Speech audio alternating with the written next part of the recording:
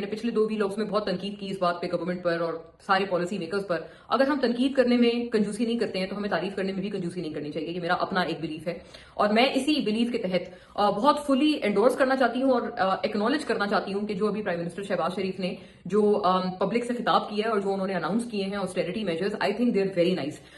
बहुत एक जिसे कहते हैं ना, आगे स्टेप अप होते हुए बहुत वेल प्लान्ड है, वेल कंस्ट्रूड है। ऐसा लग रहा है कि उस पर जो मिनिस्टर्स हैं उन्होंने मेहनत की है उस पूरे ड्राफ्ट को बनाने में। फिर सारे सूबों में जाकर, सारे प्रोविंसेस में जाकर, सारे चीफ मिनिस्टर से मुलाकातें करके एक कंसेंसस फॉर्म किया गया है, जो कि जरूरी था। क्योंकि कंसेंसस ना होता तो कल को ये होता कि आप अगर कोई फेडरल गवर्नमेंट कोई अनाउंसमेंट कर देती तो कोई सूबे में से, चारों सूबे में से कोई एक सूबा कह देता, या आजाद जम्मू कश्मीर की तरफ से ये बात आ जाती है, जीबी की तरफ से आ जाती है कि जी हम नहीं कर रहे, ये हमें सूट नहीं करता आपका प्लान, आपने हमसे पूछा ये करने से पहले।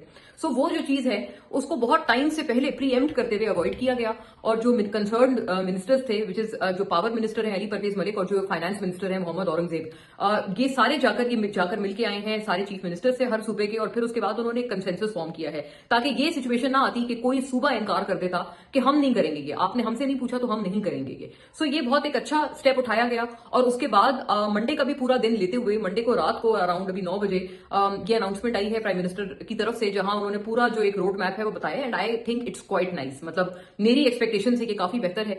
एक तो सबसे पहले ये कि it clearly focuses on fuel consumption reduction, कि किसी तरह से जो फ्यूल की कंजम्पशन है वो किसी तरह कम हो।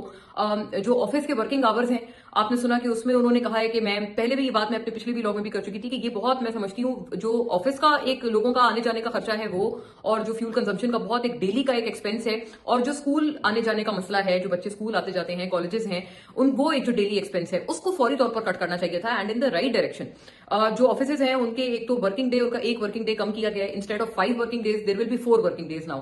3 हफ्ते में छुट्टियां दी गई हैं और जो 4 वर्किंग डेज हैं वो भी 50% ऑफ द कैपेसिटी पे, ऑफिशियल कैपेसिटी पे वो ऑफिसेज जो हैं वो चलेंगे।